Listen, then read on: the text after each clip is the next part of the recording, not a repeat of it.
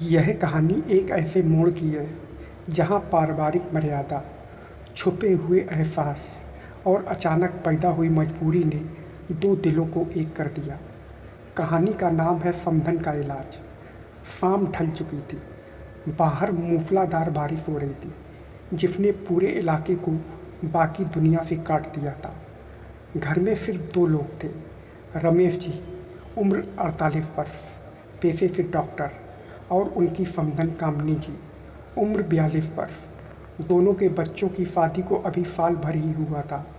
कामनी जी अपनी बेटी से मिलने आई थी, लेकिन बच्चे किसी काम से शहर से बाहर गए थे और उन्हें आज ही वापस लौटना था, पर तूफान के कारण रास्ते बंद हो गए।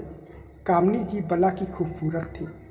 ढलती उम्र ने उनकी कशिश को कम करने के बजाय और गहरा कर दिया था। भारी रेशमी साड़ी, सलीके से बंधा जूड़ा और उनकी आंखों की शराफत किसी भी मर्द का दिल धड़का सकती थी। रमेश जी विदुर थे और मन ही मन कामनी जी के शालीन व्यक्तित्व के कायल थे, लेकिन रिश्ते की मर्यादा ने हमेशा उन्हें अपनी भावनाओं को काबू में रखना सिखाया था। रात के करीब 9 बजे अचानक बिजली गुल हो गई। पूरा घर अंधेरे में डूब गया। रमेश जी ने मोमबत्ती जलाई और लिविंग रूम में आए। तभी उन्हें बगल के कमरे से एक कराहने की आवाज़ सुनाई दी।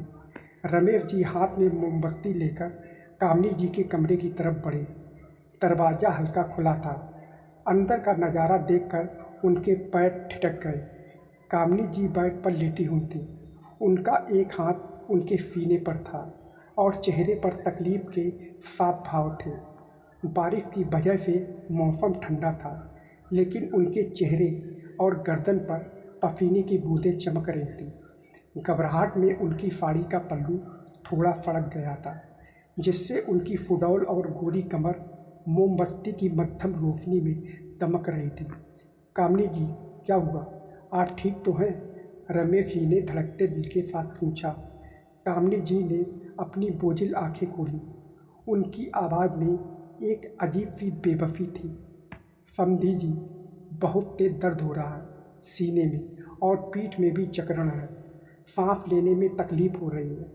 पेशे से डॉक्टर होने के नाते रमेश जी तुरंत समझ गए कि यह केवल ठंड का असर नहीं है, बल्कि गंभीर रूप से ब्लड प्रेशर बढ़ने या दिल की घबराहट का मामला हो सकता है।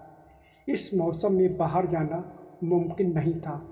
समधन का इलाज घर पर ही करना ही पड़ा। आप घबराइए मत, मैं आपका चेकअप करता हूँ।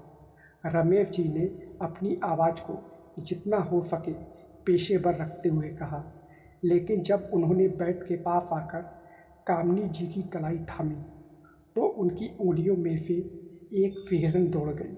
कामनी जी की नब्ज बहुत तेज चल रही थी और उनका शरीर बुखार से तप रहा था।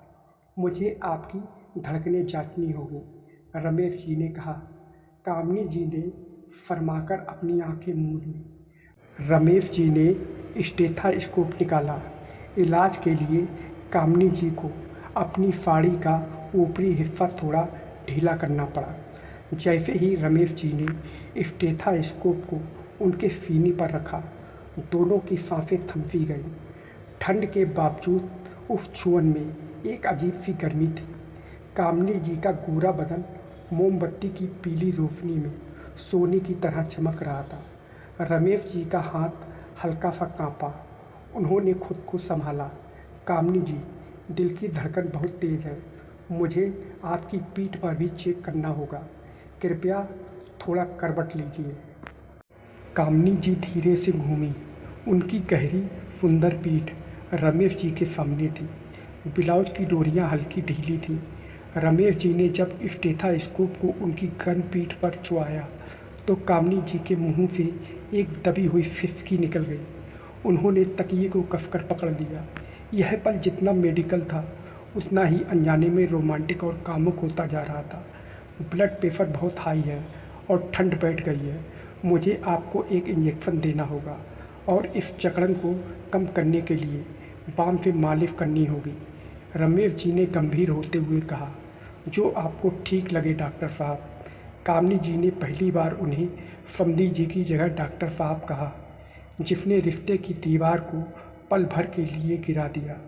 रमेश जी ने उन्हें इंजेक्शन लगाया, जिससे कामनी जी को थोड़ी राहत मिली, लेकिन असली समस्या पीठ और कंधों की जकड़न थी।